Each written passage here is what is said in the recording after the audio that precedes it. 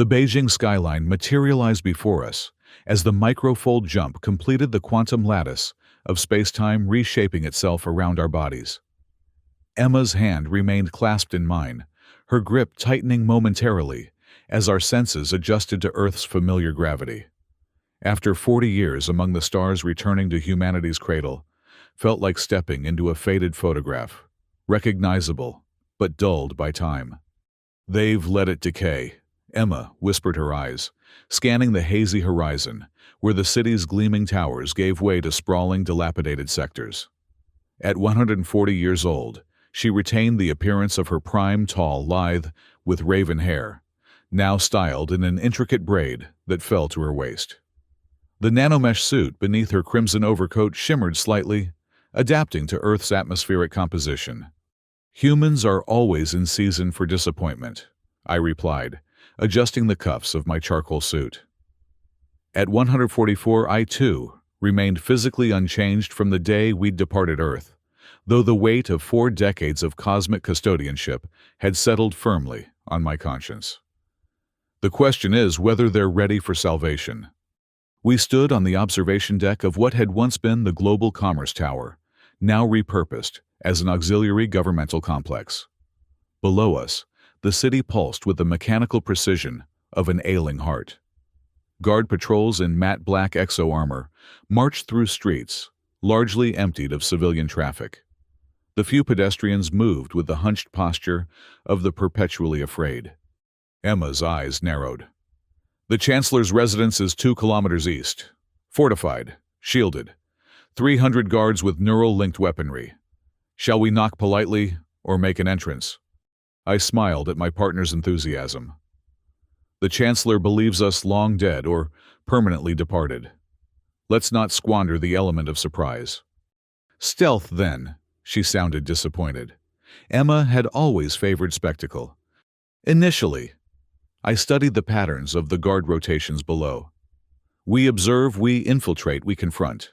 But when we reveal ourselves," I turned to her, "we do so with the full gravity of our return." Her lips curved into the smile that had captivated me for over a century. "I do so love it when you talk gravity to me." We spent 3 days monitoring the Chancellor's compound from various vantage points throughout the city. The climate crisis had worsened in our absence. Beijing now suffered through alternating periods of scorching heat and flash floods. The elite resided in climate-controlled sectors, while the masses endured increasingly hostile conditions. Food rationing had become more severe, with monthly allotments reduced to subsistence levels for all but the most privileged. On the 4th morning, we intercepted a secure transmission. The Chancellor would be holding private audiences that afternoon. A perfect opportunity. "How's your Mandarin?" I asked Emma as we prepared in our temporary lodging, an abandoned luxury apartment that had remained unoccupied since the Third Resource War. "As fluent as it was 40 years ago," she replied, adjusting the molecular structure of her suit to project the appearance of a high-ranking administrative official. "Though I doubt we'll need to exchange pleasantries for long." I nodded, configuring my own appearance. "Remember, we're not here to govern. We're here to catalyze." The security checkpoints leading to the Chancellor's private chamber were numerous, but our curator implants allowed us to manipulate both technology and perception. Guards saw exactly what we wanted them to see: unremarkable officials with perfect credentials. Scanner systems detected precisely what would cause least alarm. The final antechamber before the Chancellor's audience room was a testament to paranoia, a reinforced cube of concrete and composite materials designed to withstand anything short of orbital bombardment. 6 guards stood at attention, neural rifles charged and ready. "This is where subtlety ends," Emma murmured through our private neural link. "Indeed," I replied. "On 3.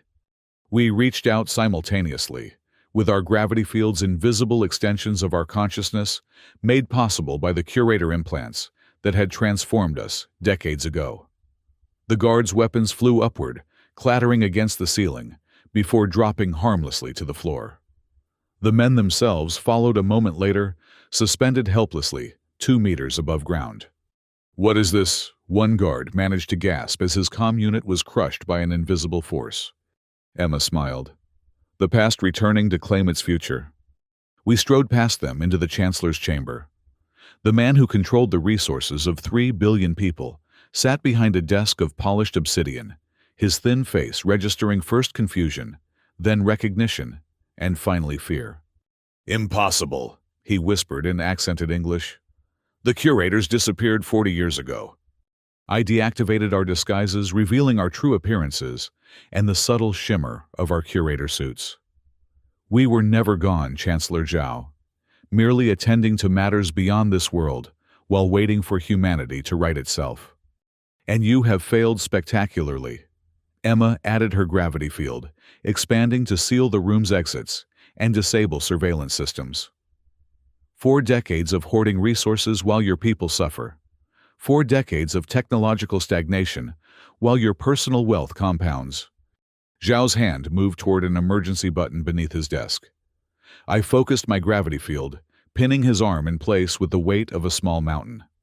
"You will listen," I said quietly, "and then you will act." His eyes darted between us, calculating, assessing. "What do you want?"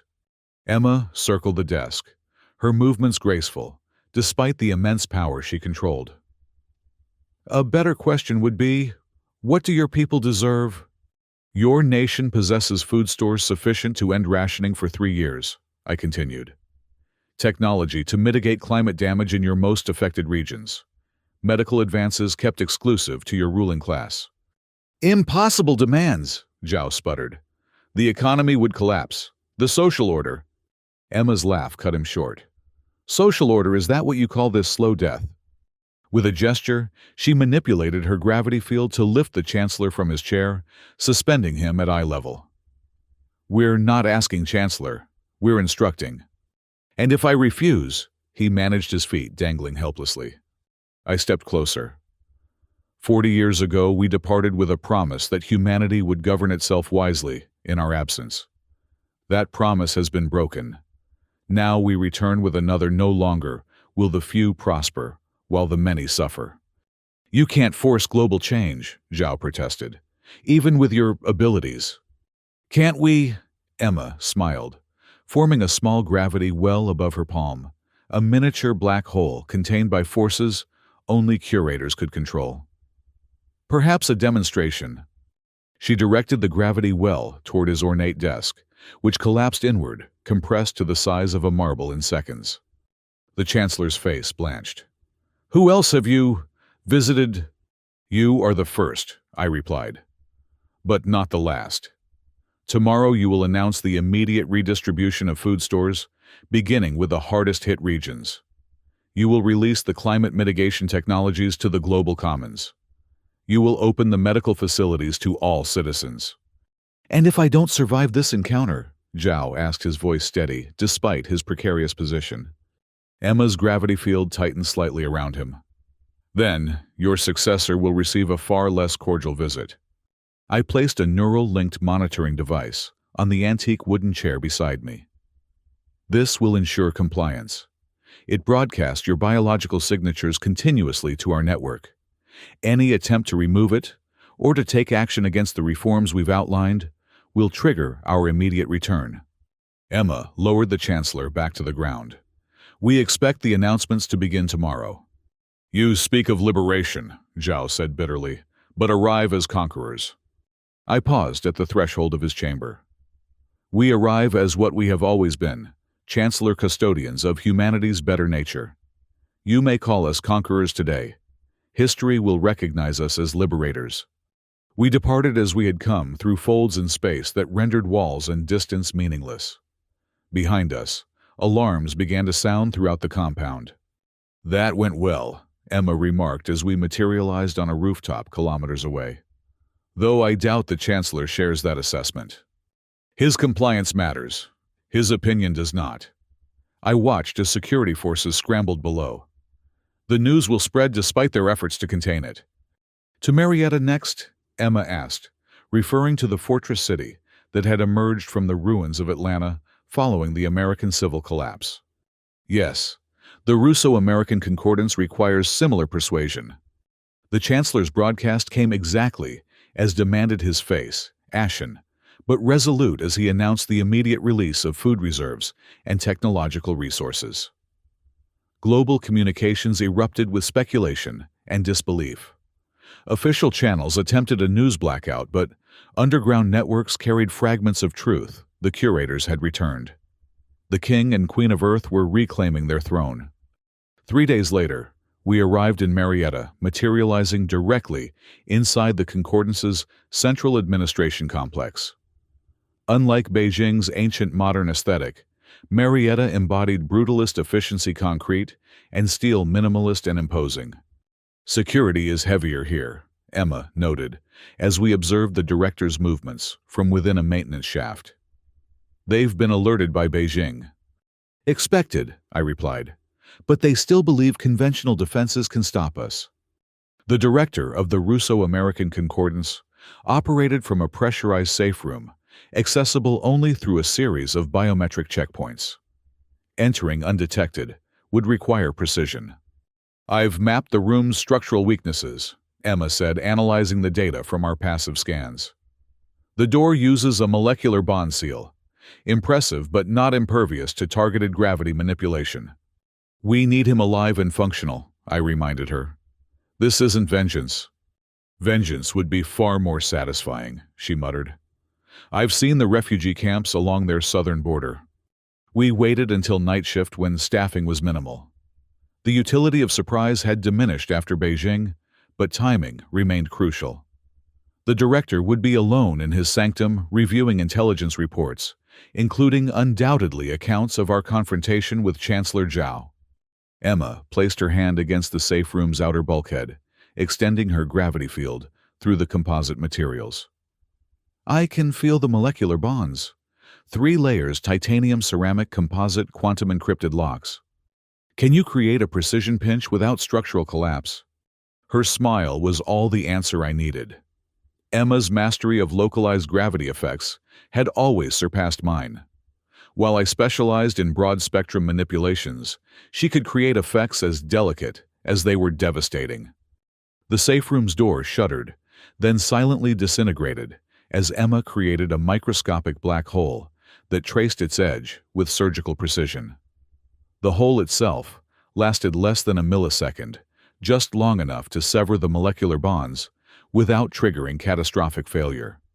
We stepped through the opening to find Director Volkov frozen behind his desk, a neural pistol half raised. His eyes widened with recognition.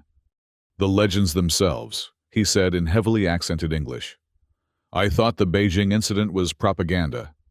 Put down the weapon, Director, I suggested. Its projectiles cannot travel through the gravity field surrounding us. He carefully placed the pistol on his desk. What do the Curators want with the Concordance? Emma circled the room, examining the multiple display screens, showing refugee movements and resource allocations. Justice, perhaps. Restitution, certainly. For what crime? Volkov's voice remained impressively steady. Decades of environmental degradation. Systematic exploitation of climate refugees. Military suppression of technological innovation that threatened your energy monopolies. I listed the charges dispassionately. Need I continue? The director's face hardened. Every sovereign nation protects its interests. The Concordance brought stability to a chaotic region. At what cost? Emma asked, gesturing toward a screen, showing detention facilities along the former Mexican border. 3 million in internment, another 12 million dead from preventable causes since we departed. Difficult decisions will now be unmade, I interrupted. You're coming with us, Director. Confusion crossed his features. Where? To witness the consequences of those difficult decisions firsthand, Emma replied, extending her gravity field to immobilize him. We transported Volkov to an underground detention facility beneath the former city of Phoenix, a facility his own administration had established to process climate refugees. The irony of holding his impromptu trial in a cell designed for his victims was not lost on any of us. This is abduction, Volkov protested, as we materialized in the austere concrete room. International law no longer applies to us, I finished. just as you decided it no longer applied to those you imprisoned here. Emma projected holographic evidence onto the bare walls footage of starvation, medical experimentation, forced labor. Your administration authorized these atrocities. 15,000 dead in this facility alone. The director's composure finally cracked. What do you want from me? Confession, apology, neither will change the past. No, I agreed. But your actions now can change the future.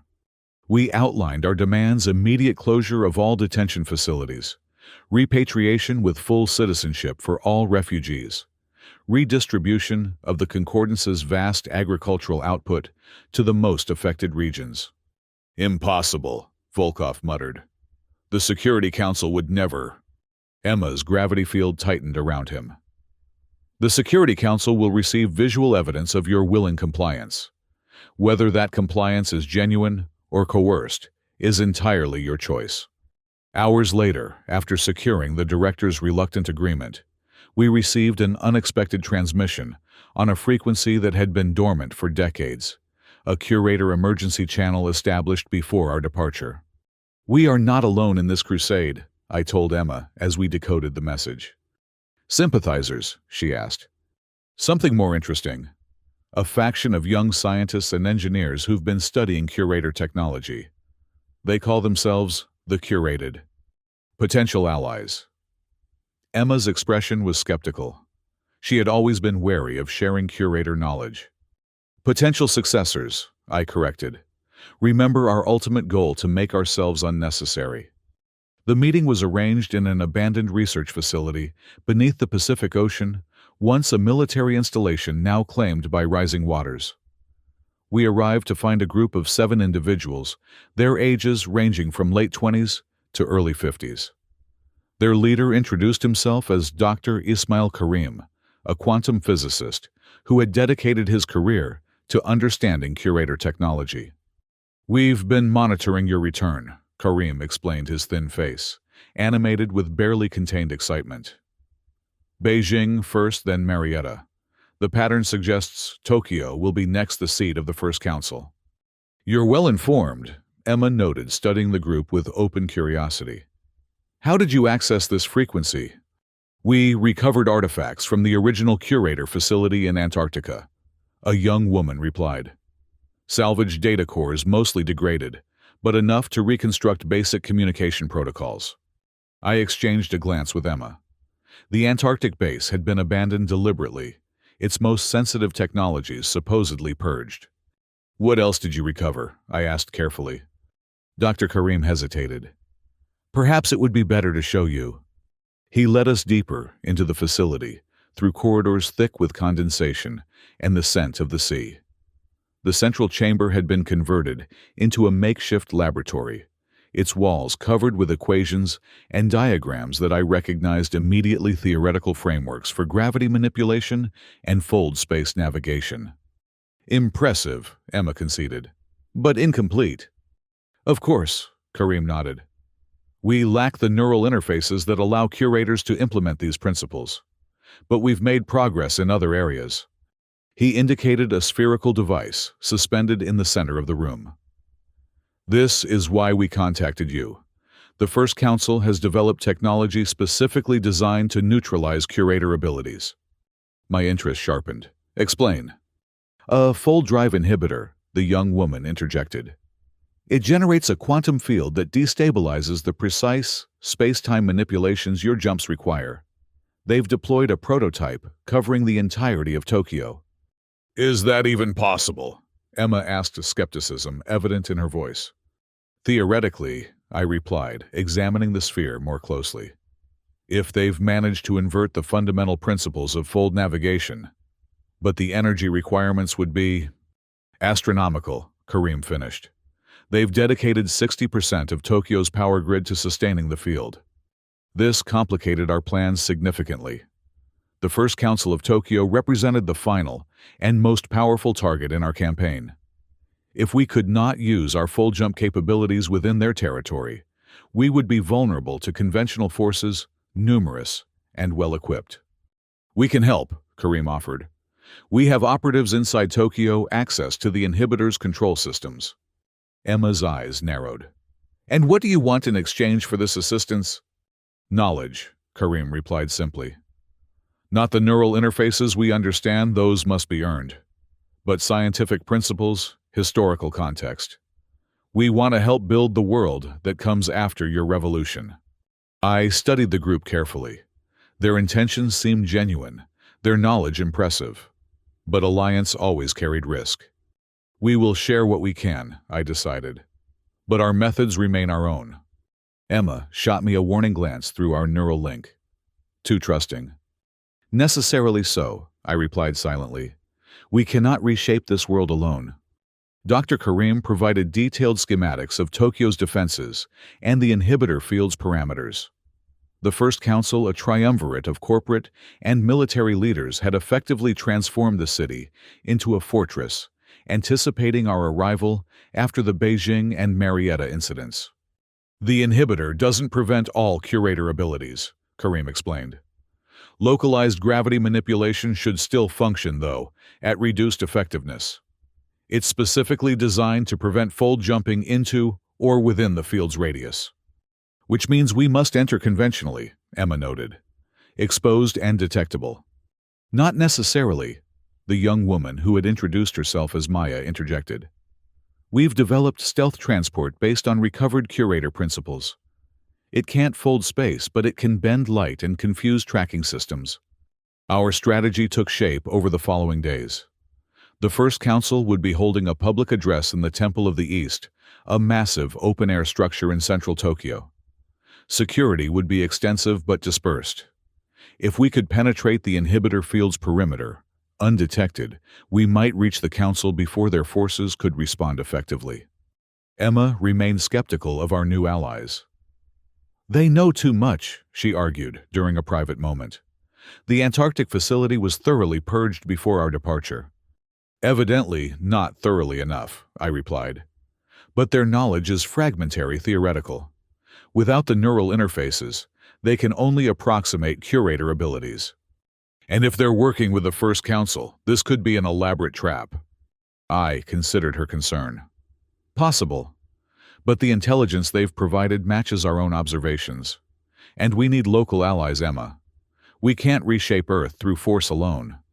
"Force has served us well so far," she countered. "Force captures attention. But lasting change requires willing participation." I touched her hand. "We balance each other. Remember your boldness, my caution. Your spectacle, my subtlety." Her expression softened. "A century together and you still lecture me on balance. A century together and you still need the reminders." 2 days before the planned operation disaster struck, one of Karim's team, a technician with access to the inhibitor's maintenance systems, was captured during a routine security sweep. Under interrogation, he revealed fragments of our plan. "We need to abort," I insisted when Karim informed us. "The element of surprise is lost." "Not entirely," Emma countered. "They know we're coming, but not how or when. And they still believe their inhibitor renders us powerless within Tokyo." "A partial truth is more dangerous than a complete lie," I warned. Dr. Karim's team scrambled to adjust our approach. Maya's stealth transport, a sleek submersible designed to approach Tokyo Bay underwater, would now face enhanced coastal patrols. The inhibitor's power had been increased, creating potential complications, even for our non-fold abilities. "We proceed," Emma decided, "but we alter the timing. They expect us to strike during the Council's address when the crowd provides cover. Instead, we move now immediately." "The Council members are in separate locations," Karim objected, "heavily guarded." "Then we don't target the Council," I realized following Emma's reasoning. "We target the inhibitor itself." Our revised plan focused on the inhibitor's primary control hub, a heavily fortified structure beneath Tokyo's financial district. If we could disable the device even temporarily, our full abilities would be restored. The First Council would be defenseless. Maya's transport delivered us to an underwater maintenance tunnel 3 kilometers from the target. From there, we would proceed on foot using localized gravity manipulations to avoid detection when necessary. "Remember," I cautioned, as we prepared to disembark, Our gravity fields will be weakened within the inhibitor's range. Precision will be difficult. Power, dangerously unpredictable. Emma's eyes gleamed with anticipation. I've always enjoyed improvisation. The maintenance tunnel opened into Tokyo's ancient sewer system, vast concrete channels, carrying stormwater from the increasingly violent typhoons that plagued the region. We moved silently through the darkness, guided by Karim's detailed maps and our own enhanced senses. 3 security checkpoints blocked our path. At each, Emma demonstrated her remarkable adaptability, using minimal gravity manipulation to create distractions while we slipped past undetected. My admiration for her ingenuity after a century together continued to deepen.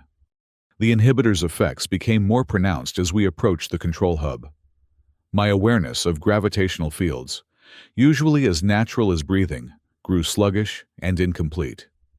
Emma's movements likewise became more deliberate, less fluid.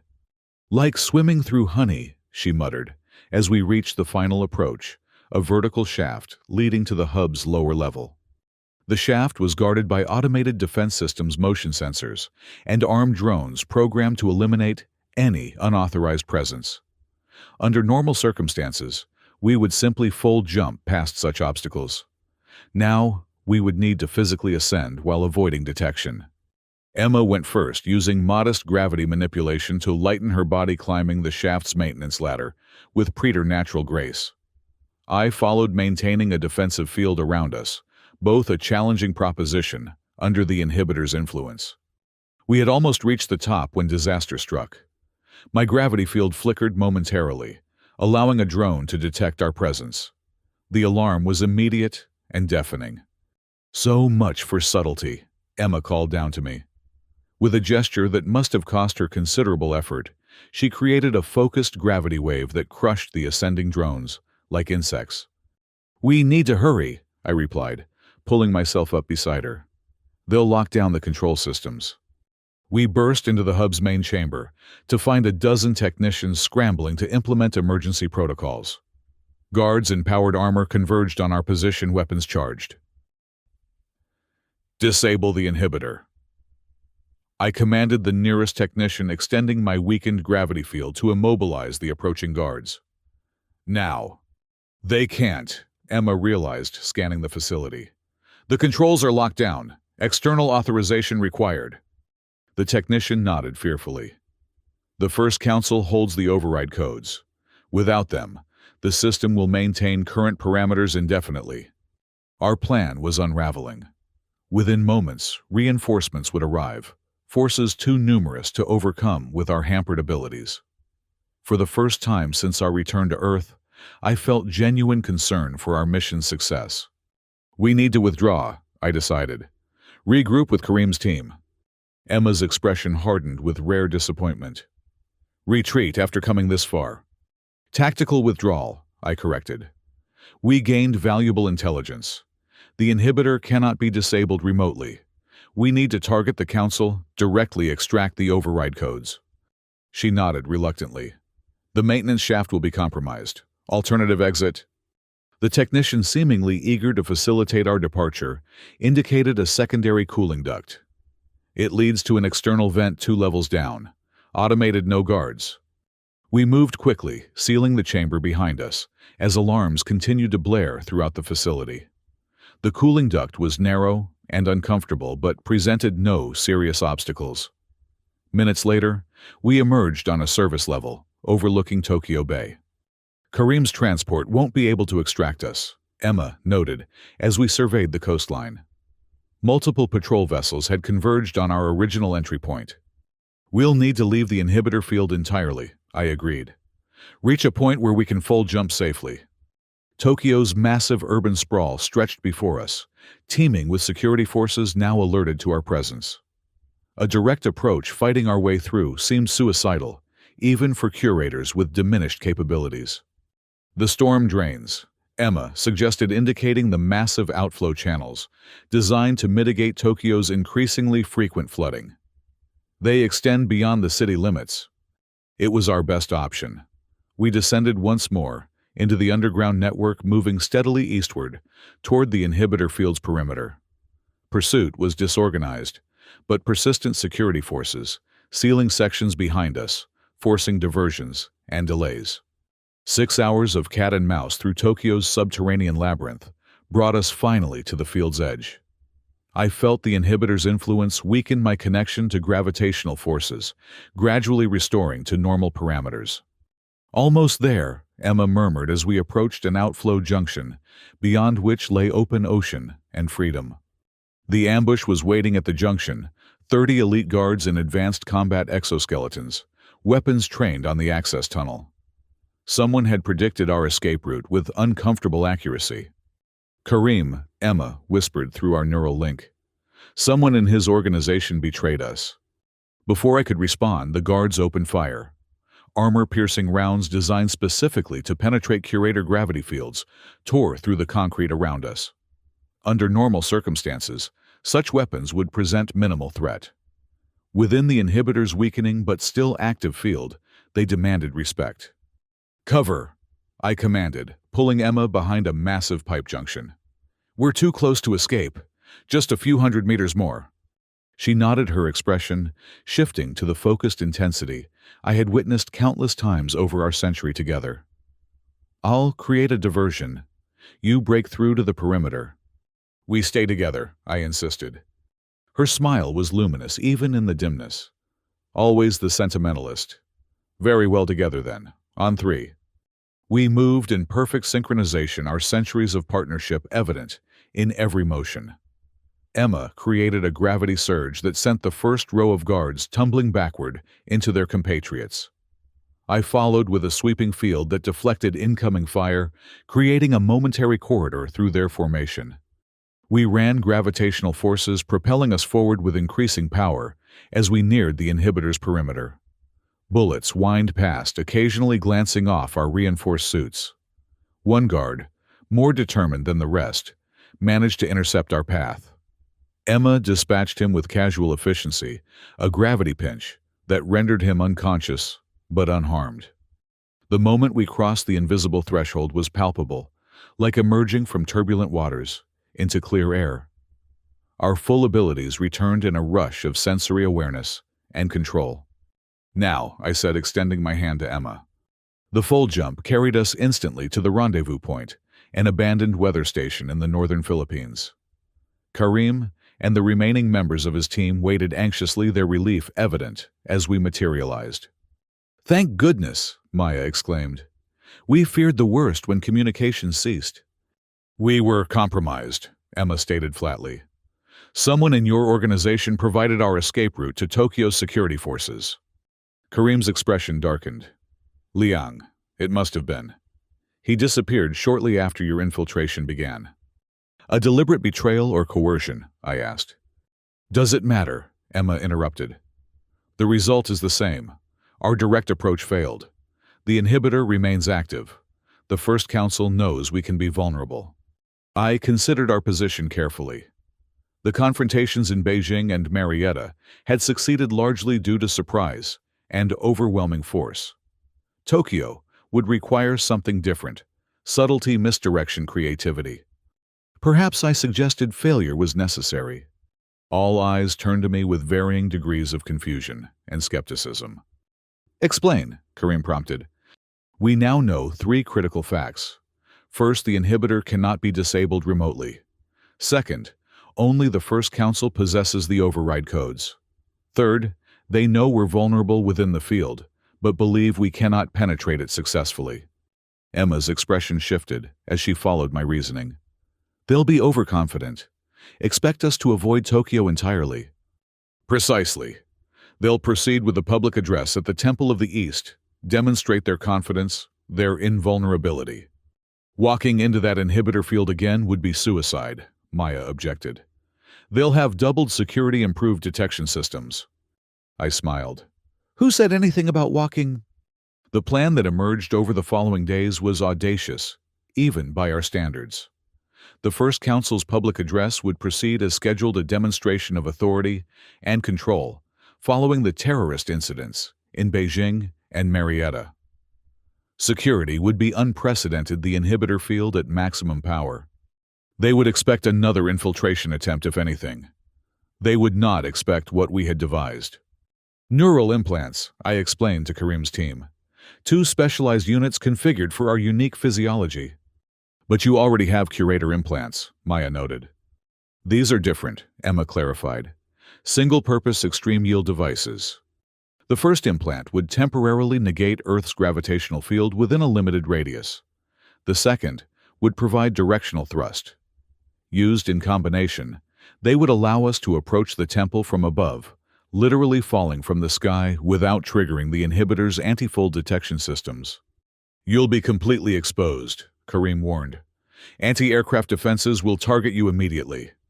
Not if we descend fast enough, Emma replied. Terminal velocity enhanced by the thrust implant will appear as nothing more than atmospheric anomalies until the final approach.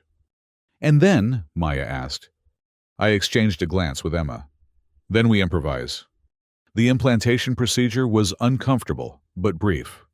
Curator physiology adapted quickly to the foreign technology, integrating the specialized functions with our existing neural networks. Testing was conducted beyond visual range of Tokyo's detection systems, brief flights that confirmed our calculations. The negation field functioned perfectly, rendering us temporarily immune to Earth's gravitational pull. The thrust implant provided directional control and acceleration beyond normal physical limitations. On the day of the first council's address, we positioned ourselves 30 kilometers above Tokyo, a height reached via conventional aircraft, before activating our anti-gravity implants. From this vantage, the city spread below us like a circuit board, the Temple of the East, visible as a gleaming geometric anomaly amid the urban density. "Ready?" Emma asked, her voice carried through our neural link. "Always," I replied. We deactivated the anti-gravity implants simultaneously. For a breathless moment, we hung suspended between Earth and sky. Then physics reasserted itself and we began to fall. The sensation was exhilarating. Terminal velocity reached in seconds, the atmosphere becoming a roaring presence around our armored forms. I activated my thrust implant at precisely the calculated moment, angling my descent toward the temple's central courtyard. Emma matched my trajectory with characteristic precision. Tokyo's automated defenses registered our approach too late. Anti-aircraft systems tracked frantically upward, but our velocity exceeded their targeting parameters. By the time manual overrides engaged, we had penetrated the upper defensive perimeter. The inhibitor field washed over us as we descended, a familiar dampening of our curator abilities. But our current approach required no fold jumping, no complex gravitational manipulations, just controlled falling with spectacular timing.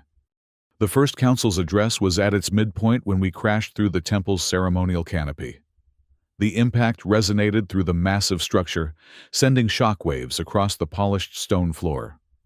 Guards and dignitaries scattered in panic as Emma and I rose slowly from twin impact craters, our armor shedding debris. At the central podium, the 3 members of the first council froze in mid-evacuation. Their expressions, visible even at this distance, shifted from shock to grim resignation. "Impossible," the lead counselor, a former military commander named Tanaka, declared. "The inhibitor field is an impressive achievement," I acknowledged, striding forward. The temple's secondary security forces formed a hasty perimeter around the council, weapons raised. But ultimately insufficient. Emma moved with preternatural grace to my side. Her gravity field weakened, but functional, deflecting the first volley of defensive fire. "Did you really believe technology alone could stop us?" The council members exchanged glances, clearly calculating options.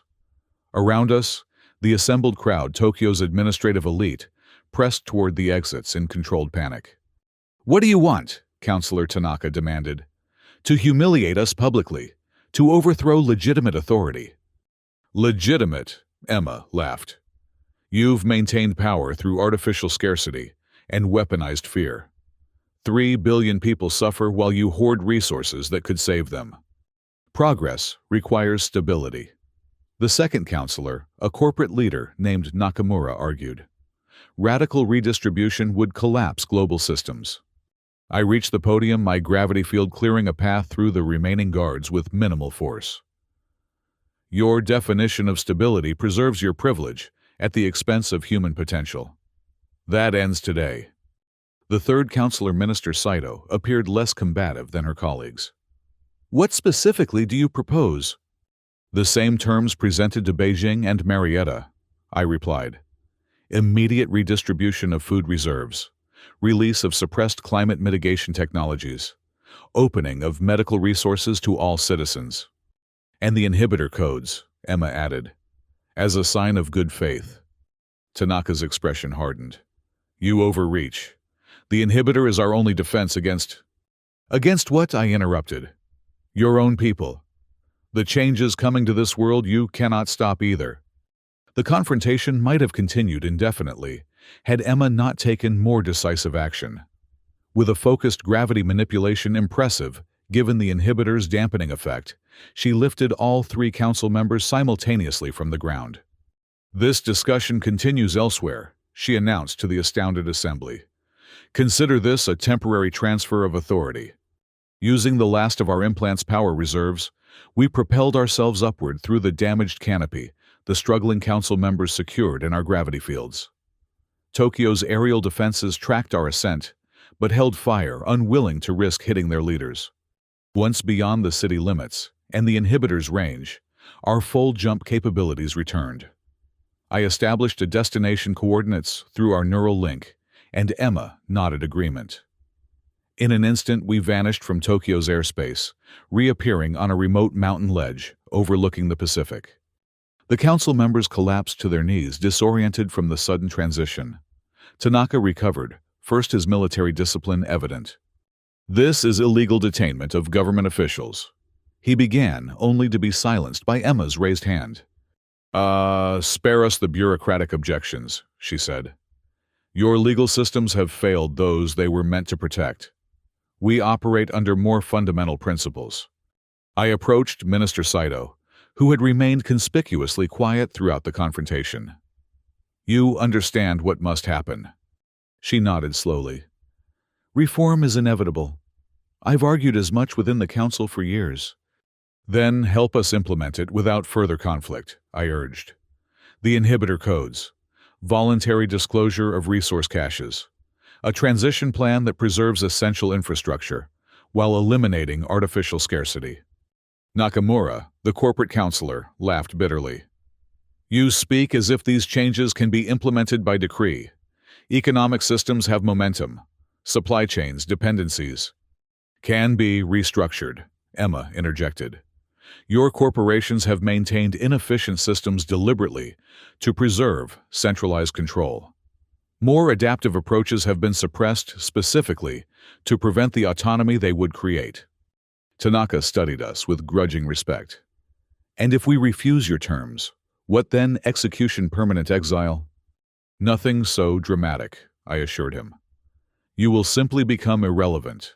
The world is already changing. Beijing and Marietta have begun implementing the reforms we outlined. Global communications, despite your attempts at censorship, carry news of resources suddenly available, technologies previously withheld.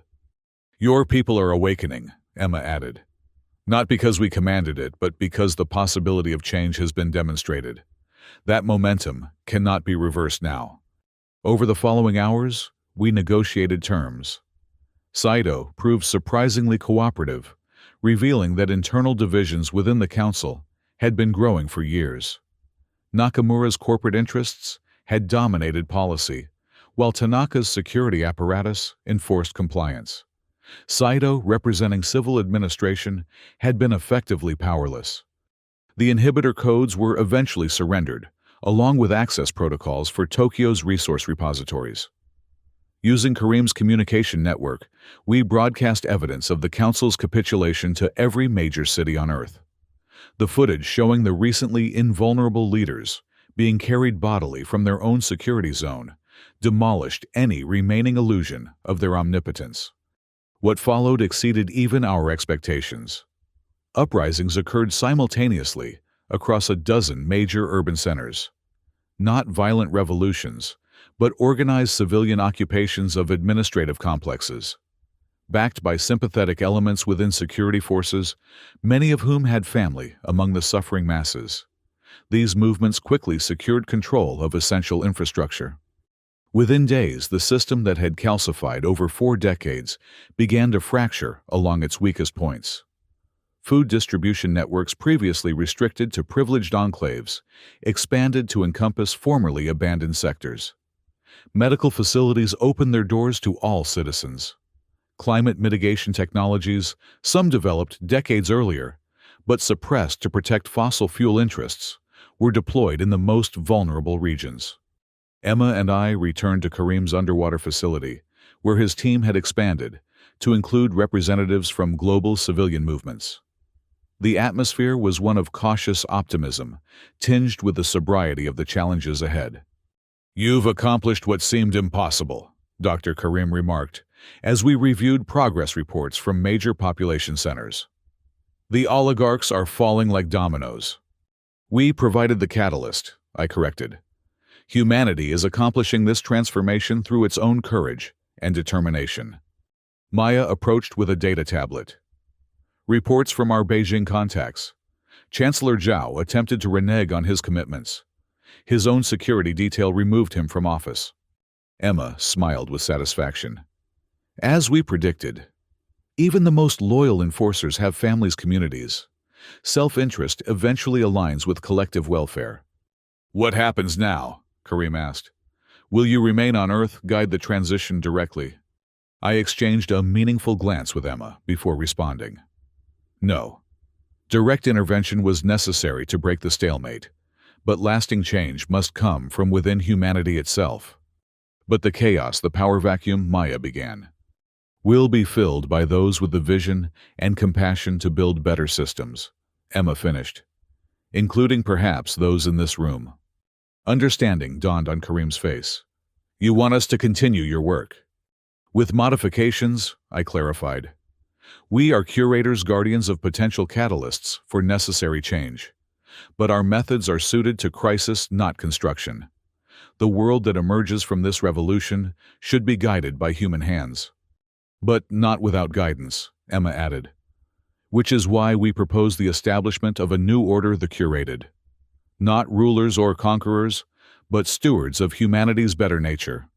Over the following weeks, we worked with Karim's expanded network to establish the framework for this new approach. Select individuals chosen for both intellectual capability and ethical foundation would receive training in limited curator technologies. Not the full neural interfaces that Emma and I possessed, but specialized implementations focused on specific challenges: environmental remediation, sustainable agriculture, medical advancement, educational access. "You're creating successors," Karim observed during one of our planning sessions. "We're acknowledging inevitability," I corrected. "Humanity was always destined to advance beyond its original limitations. We merely accelerate that process, where necessary, guide it where possible." The formal establishment of the Curated took place 3 months after our confrontation in Tokyo. 200 initial candidates, representing every major region and cultural tradition, gathered in the repurposed Antarctic facility, where our journey had begun decades earlier. Standing before them beside Emma, I felt an unfamiliar emotion: completion. A cycle beginning and ending simultaneously. "You are not being elevated above your fellow humans," I explained to the assembled candidates. "You are being tasked with an extraordinary responsibility to ensure that advancement serves all, not merely the privileged few." Emma continued. "The technologies you will integrate, the abilities you will develop, are tools, not entitlements. Their purpose is service, not dominance." "And your purpose?" asked a young environmental engineer from Brazil. I smiled. "To continue our original mission. Earth is but one world among countless others. The principles we establish here must eventually extend beyond this single planet." "You're leaving again," Karim realized. "For a time," Emma confirmed. "The cosmos requires attention beyond this world, but we will return periodically to assess progress and provide guidance. And if we fail, Another candidate asked. If human nature reverts to its worst tendencies, then we will intervene again, I answered honestly. But with each cycle of advancement, such intervention becomes less necessary. Humanity learns, evolves, transcends its limitations. Rise, Emma told them, her voice resonating through the chamber. Rule justly. Reclaim your world. This is the oath of the curated. As the 200 voices repeated the oath in unison, I felt the weight of 4 decades of cosmic custodianship lightening slightly. Earth would face challenges in the coming years, ecological, political, social. But the paralysis of artificial scarcity had been broken. Innovation long suppressed would flourish again. Our departure came with the Antarctic dawn, a fitting symmetry to our return months earlier. The curated gathered to witness our full jump to the orbital station, where our interstellar vessel waited. Will they succeed? Emma asked, through our private neural link as we prepared for departure. I watched the faces below us, determined, hopeful, resolute. Not perfectly, not without setbacks and failures. But yes, they will succeed in ways we cannot yet imagine. And we continue our work among the stars, I replied, knowing that here at least custodianship has become partnership. As the full jump initiated, Earth receded from view, no longer a failed experiment, but a world in renewal. The human potential we had recognized a century earlier was finally unbound, ready to claim its rightful place among the cosmos. Emma's hand found mine as we transitioned to our vessel. Until next time, then. Until next time, I agreed. Though I suspect when we return they may have surpassed even us. Her smile was radiant with possibility. I would expect nothing less.